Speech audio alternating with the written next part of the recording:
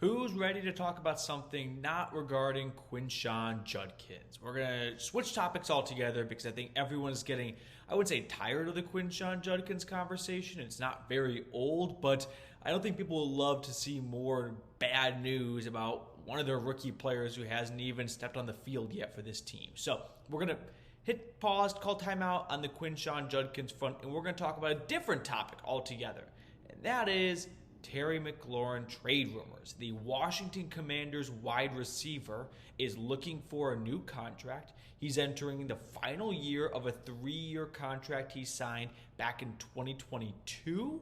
And he's been nothing short of excellent, honestly, the last couple of years. Third-round gem by the Commies, or maybe the Redskins when they drafted him. I don't remember. But obviously, Buckeye fans know him well, played for Ohio State. He was a late bloomer there. He was not some, freshman sensation like Jeremiah Smith or any of the other awesome wide receivers from Columbus. So he points to that as a reason for why not to bet against him, because he doesn't have a ton of tread on his tires. But we'll talk more about him as a player later on. Let's talk about why in the world would the Commanders trade Terry McLaurin. So, like I said, he's going into the final year of his contract, and he was talking to the media earlier this week about his current contract situation. He held out of all the spring practices and mini camps. He racked up over $100,000 in fines for missing mandatory mini camp. So he is absolute about digging in for a new deal.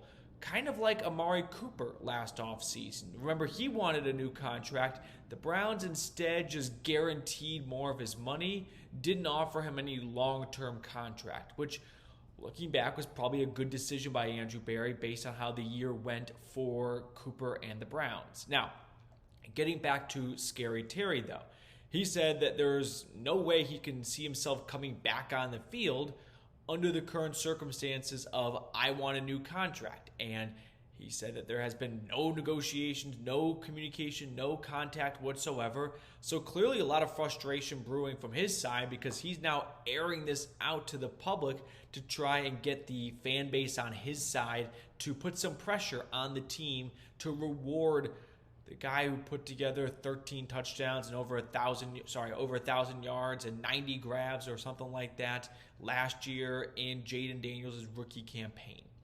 So now that we have an understanding as to why we are talking about McLaurin, let's see if the Browns make some sense for a trade destination. It's worth noting that Terry McLaurin said, I don't want to be traded.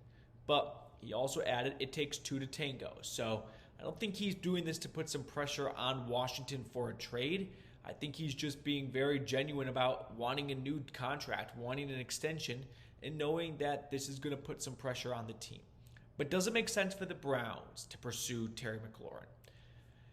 I think initially you won't see the Browns pop up in Terry McLaurin trade destination articles and segments and videos, but I'm going to continue to be the person that reminds the world of, we're talking about Andrew Berry here.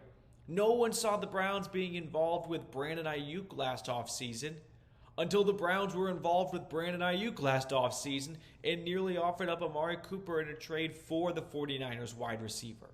So, yeah, surface level may not scream like the 3-win 2024 Browns make a ton of sense for a near 30-year-old wide receiver who's looking for a brand new contract.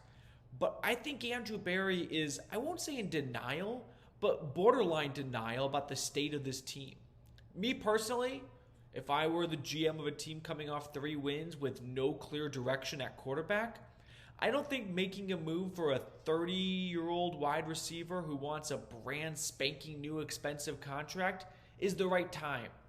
But I don't think Andrew Berry views the Browns the way I view them. I think he views them as a team that can still be competitive and can win in the playoffs, get to the playoffs. And so if that's your frame of mind, then why wouldn't you, if that's what the team you see in front of you can accomplish, pursue a Pro Bowl awesome wide receiver, right? So if you're Andrew Berry, I think knowing him and his patterns and his history, you pick up the phone and you call Washington. I don't think they're looking to get a trade done. I don't think they're thinking, hey, you know what would be great for Jaden Daniels in year 2 after one of the best rookie campaigns we've seen from a quarterback ever?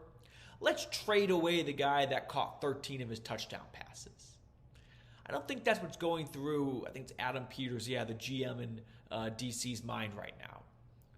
But if Adam Peters is thinking, listen, I'm not about to give a 3 or 4 year contract to a guy who's about to turn 30 years old in 2 months. He could look at the Browns as a very clear example of that. Amari Cooper was in the same spot. Like Terry McLaurin and Amari Cooper, they have very similar histories.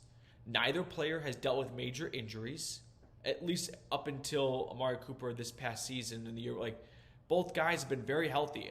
Scary Terry, I don't think has missed a game in his entire NFL career or since 2020. So the availability is through the roof. So you could look at the age 30 and say, oh, he's going to start to decline. But you could look at his history and say, well, we have no reason to believe so other than the number 3 being the first number in his birth year or birth date, whatever, you know what I mean? But Adam Peters could look at that and go, yep, I'm going to learn from the Browns. I'd say not mistake, but good decision to not extend a near 30-year-old receiver because Cooper fell off last year, and I don't have a good reason as to how that happened. But if that's what Adam Peters is thinking is going to happen, then maybe he decides, you know what, we just acquired Deebo Samuel. We have some other young wide receivers that we like. If the Browns want to give us a second-round draft pick, we can use that pick on the next Terry McLaurin, since he was a third-round draft pick himself. Would I do that? No, I wouldn't. But the NFL is full of surprises. We saw Jalen Ramsey and Minkah Fitzpatrick get swapped from Miami to Pittsburgh. So I wouldn't say expect the unexpected, but I'd say be prepared for the unexpected. And if there's a wide receiver trade potentially going down, the Cleveland Browns have a very good chance of being involved with that trade. So to wrap it all up today, if I were the Browns, would I trade for Scary Terry? No. If I'm Andrew Berry, if I'm like in the mind of Andrew Berry, would I do it? Man, Barry might be thinking to himself, people are pissed at me. They're furious about Quinshon Judkins, another Browns rookie having issues. What's a good way to smooth this over with the fan base? Why not trade for an Ohio State alum? The Browns fan base is on a short list of fan bases that I think if you add an Ohio State player, you almost get pardoned for anything wrong what you've done before then. So wouldn't rule it out with AB right now. All right, that's going to do it for us on our video today. Thank you guys so much for tuning in. I'm going to sign off, and I'll see everyone later.